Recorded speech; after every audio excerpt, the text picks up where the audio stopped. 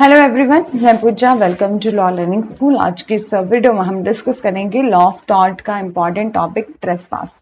Type of trespass देखेंगे और defences देखेंगे क्या अवेलेबल है हमारे ट्रेसपास के। अब बात करते हैं, ये हमारा यूट्यूब चैनल है, आप इसको सब्सक्राइब कर सकते हैं। साथ ही साथ ये हमारी प्लेलिस्ट है लॉ ऑफ टॉर्ट की।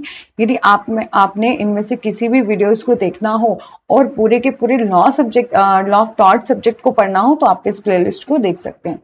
और बात करते हैं, एक हमारी अलग से एक प्लेलिस्ट बनी है super fast revision UGC net 2023। यदि आप यूजीसी नेट के लिए प्रिपेयर करें तो इस प्लेलिस्ट को देख सकते हैं। यहाँ हमने यूनिट वाइज वीडियो को अपलोड किया हुआ है।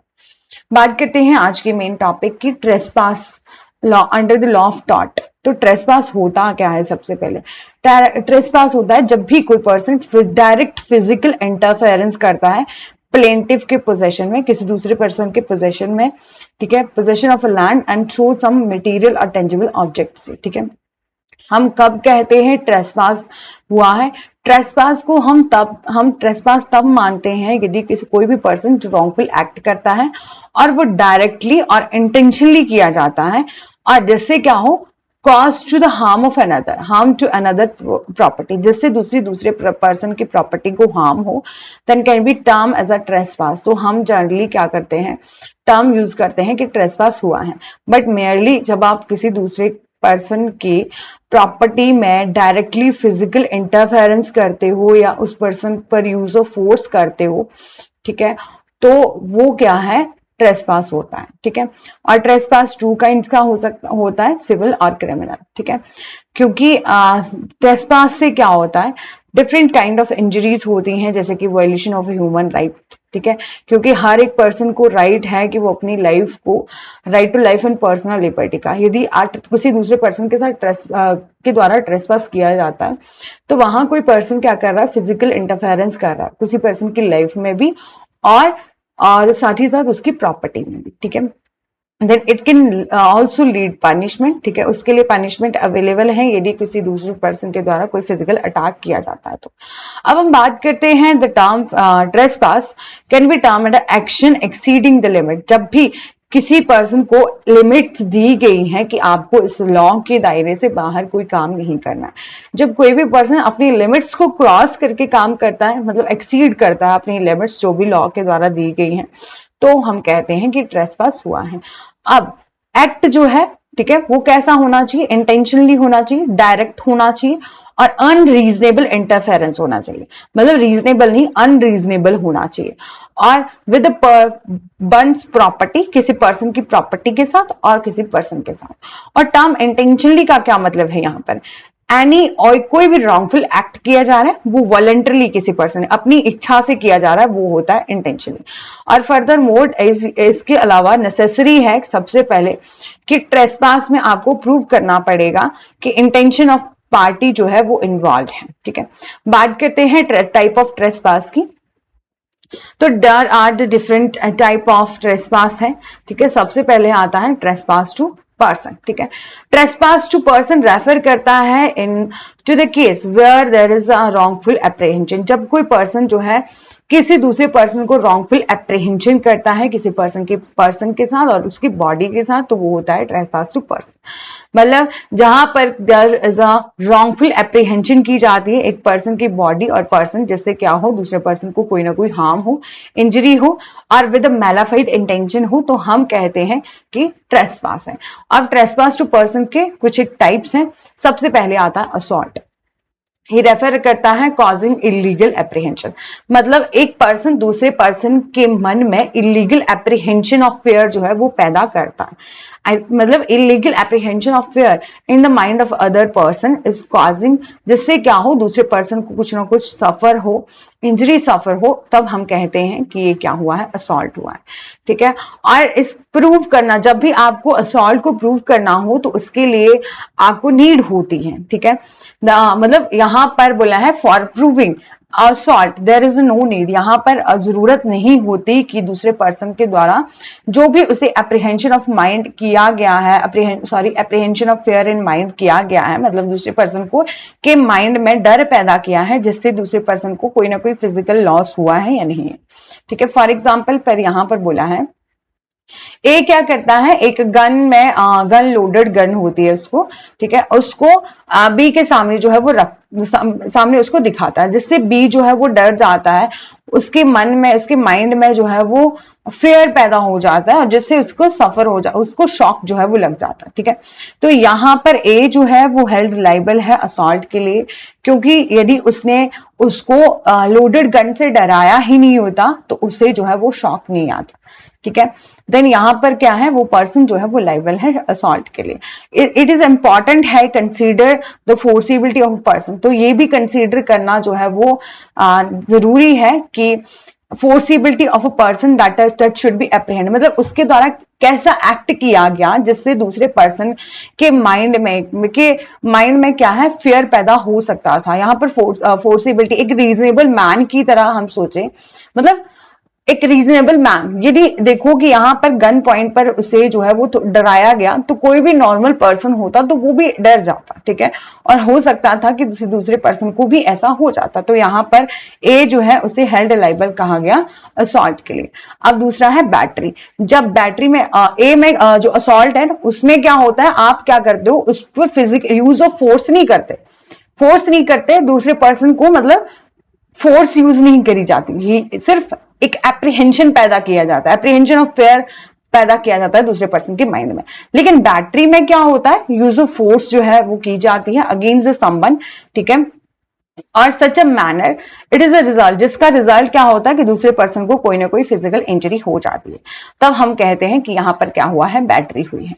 It can be direct like जैसे कि किसी ए पर ने दूसरे को स्लैप कर दिया, या तो वाइल इनडायरेक्टली तरीके से, मतलब डायरेक्टली तरीके से किसी को स्लैप कर दिया, या किसी को मतलब जिसके आगे मतलब एक पर्सन पर फिजिकली उसको फोर्स यूज किया गया। लेकिन ये इनडायरेक्टली भी हो सकता है, जैसे कि एक पर्सन जब चेयर पर बैठने लगा तो उसने पीछे से चेयर जो है वो खींच ली, ठीक है, और जैसे वो पर्सन नीचे गिर गया, तो ये भी क्या हुआ, बैटरी हुआ, ठीक है। और ये दिया गया है, मतलब बोला है it what is important in this that there should be physical contact होना चाहिए बिटवीन द पर्सन के बीच में। Section 350 of IPC hold the person is criminally, यहां पर सेक्शन 350 ऑफ आईपीसी में बोला गया है कि क्रिमिनली लाइबल फॉर बैटरी बताया गया है एक पर्सन को, मतलब कब कब पर्सन इस तरीके का एक्ट करता है तो वो क्रिमिनली लाइबल है। बैटरी के लिए सबसे ज्यादा जरूरी है कि यूज ऑफ फोर्स होना चाहिए, और वो यूज ऑफ फोर्स किया जा रहा है वो विदाउट एनी लॉफुल जस्टिफिकेशन होना चाहिए। लॉफुल जस्टिफिकेशन मतलब लॉ के द्वारा किसी ऑर्डर से ना हो, जैसे कि होता है ना पुलिस के द्वारा रिमांड में रखा जाता है किसी पर्सन को, तब उसको डराया जाता है कि अब वो जिसने क्राइम किया है तो वो सच बता दे, ठीक है, तो वहां पर वो नहीं होना चाहिए, विदाउट एनी लॉफुल जस्टिफिकेशन होना चाहिए, ठीक है। और थर्ड है हमारे पास false imprisonment. False imprisonment refer करता है जब भी आप किसी पर्सन को मूवमेंट करने से रोकते हो, मतलब आप यहां वहां जाने, मतलब उसकी जो फ्रीडम है उससे उसको रिस्ट्रेन किया जाता है, ठीक है, तो वो होता है फॉल्स इंप्रिजनमेंट, ठीक है।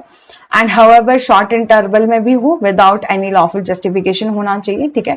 और आप देखेंगे अंडर द टॉट में क्या है, नेसेसरी है कि टोटल रिस्ट्रेन होना चाहिए, ठीक है, मतलब टोटल रिस्ट्रेन होना चाहिए अंडर टॉट में। यदि कोई पर्सन जो है वो टॉट के अंडर जो है लाइबल, उस पर्सन को, मतलब एक पर्सन तब अंडर टॉट जो है वो लाइबल है, ठीक है, तो उसके लिए क्या होना चाहिए, टोटल रिस्ट्रेन होना चाहिए, और नॉन लॉफुल जस्टिफिकेशन होनी चाहिए, मतलब उसने जो भी किया है वो विदाउट एनी लॉफुल जस्टिफिकेशन होना चाहिए, मतलब उसको रिस्ट्रेन करके रखा है, तो ऐसा तो नहीं है कि उसे जो है वो जेल में बंद करके रखा है क्योंकि कोर्ट का ऑर्डर है ना, तो वैसा नहीं होना चाहिए, विदाउट लॉफुल जस्टिफिकेशन होना चाहिए।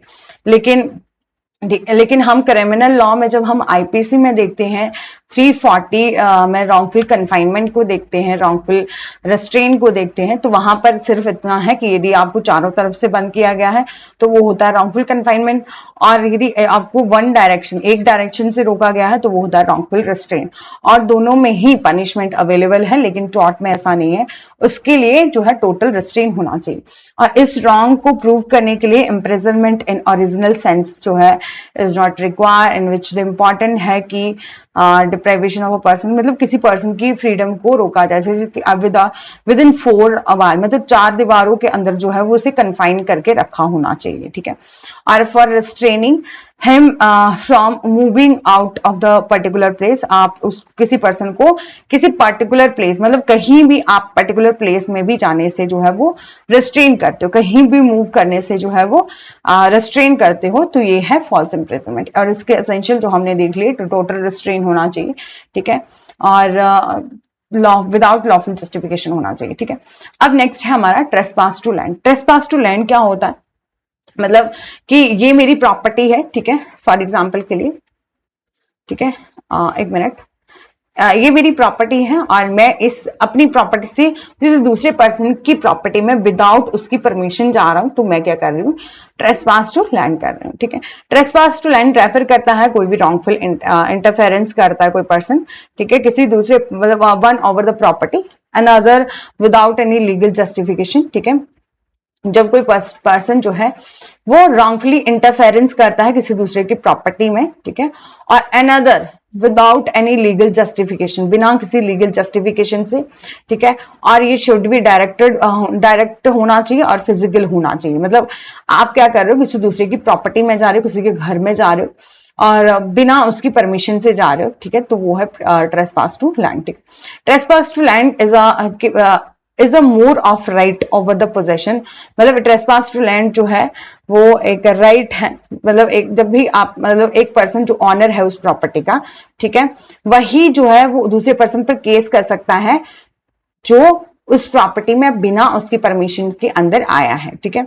और that a person who have actually possession over the property can even claim against the owner of the property of the trespass of land, ठीक है। और यहाँ पर बोला है केस है हमारा ग्राहम वर्सेस पीट का। यहाँ पर प्लेंटिफ जो जिसके पास पोजेशन था उस प्रॉपर्टी का, ठीक है, और उसने पोजेशन किससे लिया है, बाय लीज लिया था, ठीक है।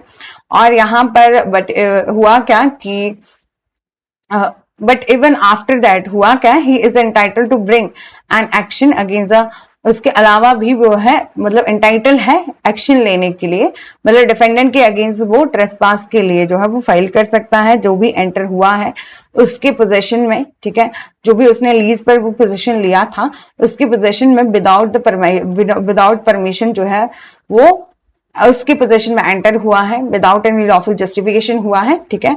और as a possession is legally possession होना चाहिए, लीगल पोजेशन होना चाहिए अगेंस्ट द रॉन्गडर, देन वो इंटाइटल है उस दूसरे पर्सन पर केस करने के लिए, ठीक है। और यहाँ पर बोला है ट्रेसपास टू गुड, ठीक है। और trespass to good refer to an intentional, ठीक है। ट्रेसपास टू गुड्स क्या होता है कि जब अनइंटेंशनल और इंटेंशनल इंटरफेरेंस की जाती है किसी दूसरे पर्सन की गुड्स के साथ, सामान के साथ, ठीक है। बोला है कि विच आर इन पोजेशन, जो कि किसी दूसरे के पोजेशन में है और आप क्या करते हो, इंटेंशनली भी या अनइंटेंशनली भी इंटरफेरेंस करते हो उस जैसे कि कोई सामान रखा है, आप उसकी बिना परमिशन से उसको चेक वगैरह करते हो, ठीक है, तो वो होता है trespass to good. Without any lawful justification होना चाहिए, ठीक है। मतलब ऐसा नहीं है कि पुलिस अथॉरिटी के पास पावर है कि वो सर्च कर सकती है, सीज कर सकती है, ठीक है, किसी भी गुड्स में या किसी कहीं भी, तो वो नहीं होना चाहिए, विदाउट एनी लॉफुल जस्टिफिकेशन होना चाहिए, तब हम कहेंगे ट्रेसपास टू गुड है। जैसे कि बोला है ट्रेसपास टू लैंड और ट्रेसपास टू गुड्स क्या है, also wrong against the possession of a goods ही होते हैं, ठीक है। जैसे कि फॉर एग्जाम्पल के लिए बोला है कि ए ने अपनी जो वॉच है वो रिपेयरिंग के लिए दी बी के पास 2 डेज के लिए, लेकिन देन उसने क्या किया, ए जो है वो साइलेंटली ही चुपचाप जो है वो बी के पोजेशन से उसकी विदाउट परमिशन से जो है वो अपनी वॉच को उठा के ले गया, ठीक है। तो यहाँ पर ए ने क्या किया है, उस अपनी वॉच को, भले ही वो ऑनर है लेकिन उसने अपनी वॉच को विदाउट परमिशन जो है, विदाउट परमिशन ऑफ बी जो है वो उठा के लेके गया है, क्योंकि वो तब तक वो उसके पोजीशन में थी, तब तक यदि बी जो है जैसे कि उसको दी थी, रिपेयर के लिए दी थी, उसी तरीके से जो उससे उसके पोजीशन से लेके नहीं जाता, ठीक है। तो यहां पर ए ही जो है, ए भी खुद लाइबल है किसके लिए, under the trespass to goods के लिए, ठीक है। डिफेंस क्या है, यदि आप क्या कर रहे हो, किसी दूसरे पर्सन की प्रॉपर्टी में जा रहे हो, ठीक है, उस पर्सन पर जैसे कि आप किसी पर्सन, फॉर एग्जाम्पल के लिए आप किसी दूसरे पर्सन के घर में जा रहे हो, ठीक है, तो आपको उसने खुद बुलाया, कंसेंट ऑफ प्लेंटिफ है, ठीक है, देन नो केस ऑफ होगा, ट्रेसपास का कोई केस नहीं होगा यदि कंसेंट जो है वो गिवन की गई है बोथ ऑफ पार्टीज के द्वारा, ठीक है। और ये है कुछ डिफेंसेस जहां पर बचाव मिल सकता है आपको ट्रेसपास के केस से, ठीक है। और दूसरा बोल दिया कि नेसेसिटी थी, ठीक है। फॉर एग्जाम्पल के लिए, ठीक है, ए जो है वो अपने टेरेस से क्या करने वाला है, सुसाइड करने वाला है, एंड बी क्या करता है, नीचे से देखता है और वो जल्दी से उसके मतलब उसकी प्रॉपर्टी में चला जाता है, उसके घर में चला जाता है और टॉप फ्लोर पर जाता है और उसको बचा लेता है। तो यहां पर ट्रेसपास नहीं हुआ क्योंकि यहां पर जो उसने किया वो जरूरत थी, नेसेसिटी थी। There can be no case of trespass where the necessary for defendant to break the line, की नेसेसरी थी कि डिफेंडेंट्स को ब्रेक करनी पड़ी लाइन, ठीक है, जो भी लॉ के द्वारा उसे लाइंस डिसाइड करी थी, लिमिट डिसाइड करी थी, उसको उसने तोड़ा, तो ये क्या थी, नेसेसिटी थी, ठीक है। और सेल्फ डिफेंस बोला है कि जब भी ऐसा हो कि ऐसा डिफेंडेंट को ऐसा मतलब डिफेंडेंट तब अपनी लाइबिलिटी से बच सकता है यदि जो उसने जो किया है वो सेल्फ डिफेंस के लिए क्या, मतलब जो यदि कोई उसे रिस्क था, ठीक है, और उसके पास कोई भी किसी मतलब बस जब टाइम नहीं था या उस टाइम रीजनेबल टाइम नहीं था या अपॉर्चुनिटी नहीं थी कि वो किसी दूसरे पर्सन की हेल्प लेता, तो वो सेल्फ डिफेंस में यदि इस तरह की एक्टिविटी कर भी रहा है तब भी उसको डिफेंस जो है मिल जाएगा, ठीक है। The defendant can be use force provided it should be reasonable, ठीक है।